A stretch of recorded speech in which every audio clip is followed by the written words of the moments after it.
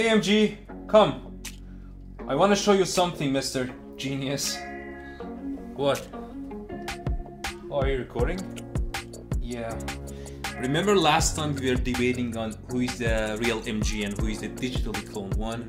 So I went through our all published videos and created a labeled dataset out of them to train a model that can detect who is the real MG and who is actually cloned. So I'm recording this to let everyone witness this great achievement. Are you serious? Wow, such an impressive and useless model. You wanna run it now to show us? Yeah. You ready to see who is the real MG now? Sure. Check. See? I was telling you I'm the actual MG and you're clone, but you're not accepting this. Now look. Mission accomplished. Wait. It is detecting me now as MG. Look. Wait a second. It's because maybe we have trimmed our beard, so the model is confused now. Now it is detecting the logo as MG. Did you tune your model at all? Because it cannot even detect the faces properly. Like, look. Oh, I put a lot of time on pre-processing, hyperparameter tuning, and choosing the base model, but still it's not working properly. Why didn't you use automated machine learning in Azure Machine Learning? You mean AutoML in Azure ML? I know, but it doesn't support image-based use cases and image data. That's not true. As of now, you can use AutoML in Azure Machine Learning for images, for image classification, object detection, and even segmentation. In Azure ML? Yes. You wanna check this out? Sure. Let's go for it.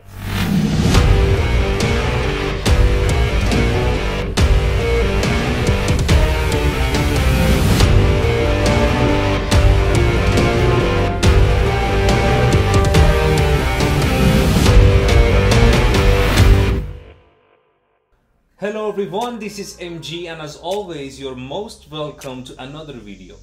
Are you interested to know how you can leverage AutoML in Azure Machine Learning for image-based use cases? Then, come with us.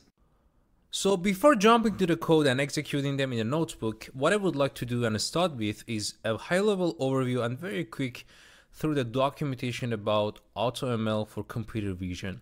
That how we can enable it in Azure ML and leverage the solution there. You can certainly go through all the details through these reference links. I will certainly add the link of this documentation in the video description section. But now let's quickly go through the main component here. First of all, what are the different types of image-based use cases you can do with AutoML in Azure Machine Learning? So as of now, the time that I'm recording this video, now you can have image classification, even for multi-label classification, object detection, and even segmenting different instances within an image. So you can do any type of these types. You can have your own label data, label them, or actually you can use the labeling tool of Azure ML to label them for an object detection or segmentation or even classification. And when you're done, you can export that labeled data set by Azure ML to utilize it for AutoML and of course image-based AutoML for the solution that it is described here with different tasks. So you can certainly have your training data and validating data. One of the pretty useful formats that actually we are going to utilize for this example is JSON-L. So first of all, what is JSON-L? So basically, JSON-L file is a JSON file created in JSON lines format. It means it is actually containing some text data to describe structured data. It is actually a useful format for storing structured data that may be processed one record at a time. So what does that mean? For example, here, we're certainly going to deal with images for this use case. So this JSON-L format will have the image URL. Where is that image? For example, here. Some details about the image, the format with an height here, for example, you can see, and the label. That's, for example, image of a cat or a dog. And here you can see further examples of this format that can be used for AutoML, which we're going to use this as well. Again, I'm quickly going passing these codes because we're going to use them and showcase them, explain more a bit in the code execution section, but just touching some main components here. This is very important. Now, when we talk about AutoML, we certainly start with a model. that can be from different algorithms to start, and then further tune it for our purpose that we're going to train the model, if there's image segmentation, classification, or any other type that we talked about.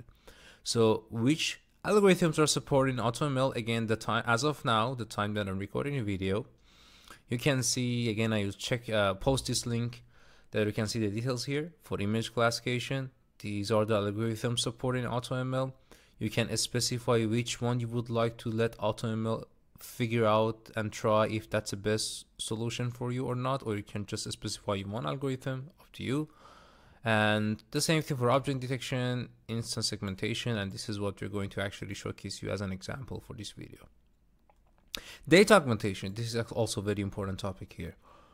When we are dealing with computer vision, we would like to make sure that the model will be mature enough to understand and detect or predict any specific samples that we have trained, and now we're giving a new data set, the model will be performing properly. This is certainly a goal for us. In order to actually help the model to make sure the model is challenged enough during the training to understand and detect those samples properly in inferencing phase, we usually try to play around with images to show some new samples from training data to enrich the maturity of the model to see different scenarios of that image. For example, let me give an example to make it more clear. Sometimes just with resizing the image, if I have an image of a cat, for example, this is my training data, the same image, I'll resize it and feed it to the model again in training. So the model can be a bit challenged to even understand a cat image within a resized scenario. Or cropping, normalizing, some flipping, scratching the data, changing the brightness, saturation, playing around with the colors. So you can see actually from this reference table what kind of data augmentation is supported that AutoML will automatically apply on the top of your images to actually enrich the capability of your model and making sure the model will be performing properly in inferencing time. Again, we'll go through all of these in the code. For sure, we need some metrics that based on that AutoML will choose what's going to be the best solution, the best hyperparameters, the base model based on the metric that you have chosen for that specific type, for example, for accuracy, for image classification. So you can see them all here. And the hyperparameters, this is also very important. We usually put a lot of time to figure out what is the best configurations of hyperparameters for a specific model. What's going to be the learning rate, for example, or so many other parameters depend on the task type and the model. So here what you can do in AutoML for computer vision, you can specify a range of hyperparameters. For example, learning rate, you give AutoML 5 choices of learning rate. For example, 10 choices. Hey, these are the samples that I want to choose as a learning rate, but I don't know which one is better, but these are the choices that I can provide to AutoML. The same thing for other hyperparameters. And then you can say AutoML that go ahead, figure out what are the best combinations of these hyperparameters and train the best model, retrieve it back to me. How AutoML will actually train the models based on your given ranges of hyperparameters, it depends on the method that you choose. You can say AutoML that randomly choose the hyperparameters values that I'm giving to you and check which one is better. Or you can say that greedily sample all of them that I have mentioned you and check out which one is better. Or Bayesian that actually check out based on the previous performances of the model with parameters, check out which one would be a better choice as a hyperparameter choice. Choose it, train the model and retrieve. If you want to dig in more to see the differences, I try to explain it very quickly in high level. You can certainly click on each and know a little bit more. But here's basically the concept that you have the flexibility to actually even choose the type that you want to do hyperparameter sweeping. And again, I want to highlight here, this is very important, that this solution is, of course, can be certainly leveraged for advanced data scientists as well. This is not something that you have no control. You just give the model the image and you have no control around it and you get the final outcome. Actually, you have the full flexibility to check out the model algorithm or private parameters, set up some ranges. That's why I'm highlighting these components to tell you that this is certainly can be used for advanced data scientists, and not just, I'm saying as well for advanced data scientists. And this can be a very good initial accelerator to push you faster and efficiently for the final outcome, rather than you starting from scratch and figuring out all possible choices, which can be cumbersome and also, of course, time consuming. You can specify how many times you want to go through different configurations of hyperparameters to figure out which one is the best one. You can, for example, specify 1, 2, 3 thousands, or how many concurrent iteration can run in parallel to check out different hyperparameters and give you the best model. You can also specify that as well. You can have incremental training. You go ahead with the training. At some point you want to stop the training, you save the checkpoint. Later on, another time, you load that checkpoint again to resume the training. That's an option there as well. And yeah, so you can register the model and deploy it. So, okay, I just quickly went through some main components of the capability of AutoML for computer vision. And we will actually do training an object detection model using AutoML. So we'll go through the codes we skipped here. But just the very last thing I want to highlight, there's another nice capability in AutoML with images that I want to emphasize here is sometimes when we deal with high resolution data or image and we want to, let's say, detect some objects which are pretty small, like as you can see in this picture, that can be challenging and hard to train a model that can do this properly, because first, if you want to fit all these images to the model, that's a high resolution image, and it can cause some memory limitation or memory issues for the computes that we're utilizing. And at the same time, having a small object cannot be easy to train and deploy that in inferencing to get a good outcome. So tiling is another nice feature that has been added for a small object detection, which is basically it will tile your image and divide it into grid of tiles. You can specify the number of these grids, for example 2 by 3, 3.4, and the sizes as well. And it might take a little bit longer because the all original image and all these tiles or grids will also fit to the model, but by the end of the day you can certainly have a solution that works for even small object detection with high resolution data. And even the same thing during the inferencing as well, which is an example here. You can see that the objects were detected. All right, so that was about documentation. Again, I'll share this in the video description, and let's go to Azure ML and see a code example that how we can use AutoML for images. All right, here's my notebook that I have actually added the codes for object detection using AutoML in Azure Machine Learning. Let me actually maximize my code a little bit so you will have the code a bit more clear. All right, I hope it's better now. Okay, so now I have created a complete instance, and you can see this is a machine with 14 GB RAM and 4 cores. And I actually executed these codes before to save the time for recording this video, but I'm gonna go through it quickly. And again, I will add the link of the GitHub for the samples of notebooks, and whatever you see here, you will have access to the codes in video description. Okay, I'm just importing Azure ML, checking out the core version, and then again, I'm not going to describe the Azure ML components, what is workspace, what is dataset, data store, because if you check out the part 1 of MLOps video series, I have provided you a walkthrough of all these components in Azure ML. So if you have not checked that, please check this out. Then you can certainly understand the components here much easier. So I'm connecting to my workspace from config file. Now I have an object that I can refer to this current workspace of Azure ML. And I'm using this reference to say that inside this workspace, I want to actually create a cluster of GPU machines, which is I needed for this object detection use case. I want to have a cluster of GPUs from 0 nodes to maximum 4 nodes. It depends on the workload. I can scale it up to 4. And if it's already created, do not create a Q1. If not, then create this new cluster for me. So I ran it before, I didn't have it. It's done. Now I have a cluster of GPUs that has been created for me. The nice thing is, again, if you have checked that video, you know what is experiment in Azure ML, which is basically a way that I can isolate different use cases and have a traceability on a specific use case that has been defined under experiment. So this experiment is AutoML for image object detection.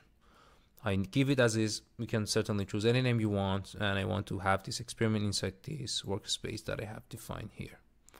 So moving forward, I'm downloading a data set that is basically, it contains hundreds of images of different objects from fridge, like milk bottle, water, bottle of water, or different things, and or some juice.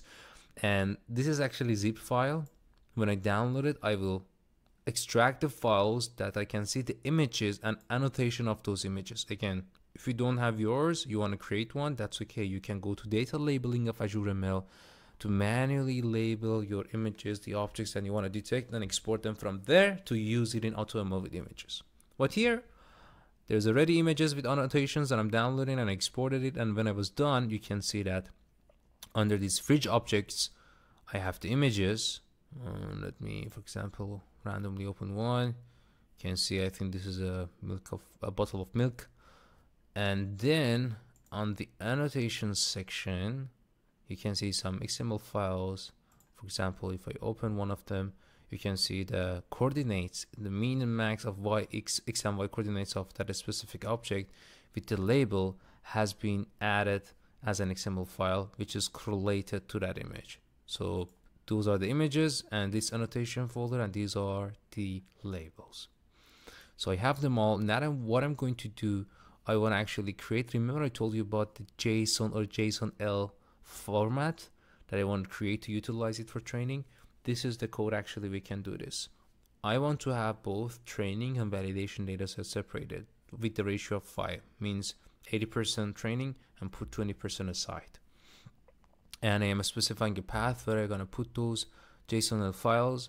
This is the structure. In the JSON-L file, I will have the image URL, which is from the default data store. And I got this default data store from here. And again, what is default blob store? Referring to part 1 video of Azure ML Ops series. That's an storage, comes with Azure ML, that is like a disk. You can store data there, and from there I can have this path of that JSON-L file, which I'm going to create from the default store, added to the source directory that I have it here to create that image path, and the image details, which is format, width, and height, and the label, if it's a bottle of milk or not, for example. And this is basically a JSON-L format that I want to have, and that's going through a loop of iteration. When I'm done, you can see that in a folder here, I was able to have my JSON-L files. Let's open the training annotation. You can see that, well, it starts with that image URL, which is referring to my default blob storage. Then the image details, I told you about the format, width, and height, and then the label. For example, that's a cartoon, that's again, bottle of water, or any object in fridge that has been added to this data set. You can see different labels here. And the same thing for validation data set. So let me close these tabs. I'm moving forward. Now I want to upload them in the default data store. That's, I'm simply doing this. And after uploading, I want to create certainly a data set out of it. Again, what is data set? We have explained that in video. So the data store is a connection to that storage, and data set is an abstraction of the data that we're going to use, which is stored in a data store. If it's not there, create one. If it's not created, if it's created already, skip this. So I'm creating a data set from my training and validating data set that I created on the top, and all over. If I want to show you how does my training data set look like out of that JSON file that we created, I can convert it to pandas, and there you go. Now I have a tabular table that is referring to my image with some details and the label. And also, of course, the coordinations of that, because we got it from the XML files. Now this is the time that I can set up the configurations that I need for AutoML with image. The first thing that I have defined is, what is your task? Well, that's an object detection. What is your compute target? That's the GPU machines we created with 4 nodes, with maximum 4 nodes. That's my training data set. That's my validation data set that you can see here on the top. And what are the hyperparameters you want to actually sweep and go through them? You want to try different models? Yes, I want to define different models, but here I'm just specifying YOLO v5 as one, but you can have multiple choices here. Not just model name, we can have the hyperparameters. For example, what is the learning rate you want to specify here? If you do not specify those, it will start with the default one. You can check out documentation, what is the default value for those hyperparameters, but you have the chance to just skip those. And here, for sake of ease of use, and I am just specifying one model name here, and iteration just one time. Just go through one configurations of hyperparameters and quickly execute experiment. And done. I submit this experiment, and I was able to actually see the details here. And if I click on this link, I can see the metrics, the logs, and everything created out of that experiment. But actually, let's make it a little bit further and see the real value of AutoML. Instead of having just one model, I have multiple choices. I want to have YOLO v5 and also faster RCNN, for example, with ResNet 50. Or I also want to have learning rate be a choice within this range, or the model size, which is another parameter for this model type, be small or medium. The same thing, for example, learning rate optimizer for this faster RCN, and I want to have, let's say, Adam optimizer or SGD optimizer. So you can see that choosing one of each hyperparameters with other hyperparameters can bring us multiple choices of configurations. And going through all these possibilities, which one is better, and going through an iterative process can be time consuming and sometimes even not efficient. That's what AutoML is great at it. So I'm telling that go through the 10 different type of combination of these hyperparameters. You can of course change it, and maximum you can have 2 in parallel concurrent runs for checking out these parameters. And I want you to go to randomly select based on given ranges for you the parameters and train the models. And of course I want to have a policy to determine that here's bandit is selected with the related parameters. And done. When you're done, specify training validation dataset, and here I'm saying these are my tuning settings and these are my parameter space that I have defined in the tuning settings with the tuning settings as well. Done. The same thing, you know, submit experiment, wait for completion, and then if I scroll down, that was done. So let's check out the details here. All right, so you can see the details. If I go to model section, you can see not just YOLO 5, different the 2 choices that I have, each of them multiple times has been chosen because each time the same model is trained but with different hyperparameters from the ranges that I specified automatically. And if I go, for example, click on one of them, you can see some metrics and information about and details about the model, for example, the labels, so on and so forth. Let me go back to the child runs. You can see actually here nicely the performance of the model and different models within different child runs. So each time you iterate through different parameters, that's a run. You can visually see the performance here. And I'm sure as a data scientist, potentially you're familiar already with these charts, but giving you the fact that you can actually visually see those and have a better understanding of how AutoML went through the best solution for you from the given model types and hyperparameters that you had the flexibility to set. And when you're happy with the best model, here is the way that I can retrieve the best model, register it in the model register section of Azure ML, and then I want to, let's say, deploy it for real-time scenario in Azure Kubernetes cluster. So I didn't have one, so in this code checking that if I don't have it, it will create one for me with the given name that I specified, and done. I have the Kubernetes, and now the only thing that I need to want to have beside the model to deploy is the scoring file. A score.py is a Python file that tells how you load the model, how you get the input data, and how you do the prediction. So that's a code, but you do not need to write it down. AutoML will actually create a score.py for you automatically. So I want to download it and grab it actually to use it for inferencing. So I have the score.py file, I have the model, and I have my machine, which is Kubernetes, to deploy the model. I'm calling that model.deploy with that Kubernetes, and done. So now I want to test it. I use one of these images, for example, number 2 that I had, to call the URL or endpoint of my model that I deployed in Kubernetes and check what's going to be the prediction. And immediately I had the prediction value, which is with 87% probability, this is a milk bottle. And here is the coordinates of that object that AutoML detected. And if you want to see visually, where is that bottle of milk in an image with these given coordinates, This code is actually using those coordinates and using the predicted label to visualize on the image how the AutoML detected this object. And you can see I use AutoML, train the model, deployed inferencing. Now I have a Kubernetes, like a URL, like an API. I call it, I give the image, and outcome is the detected object with the label on the top. And that's all. It was about how we can use, again, AutoML through code for computer vision. MG, I fixed it. Look, now I use AutoML to train the model, and now we can detect who is the real MG. Ready? Okay. Check. Why is showing both of us as MG? Well, it's obvious because we both look the same and similar to us. Also, it is challenging for the model to detect the real MG. You might need to use other data set than just faces, or maybe a non-AI based solution. Let me think about it. But I promise you all, one day I'll figure out who's the real MG.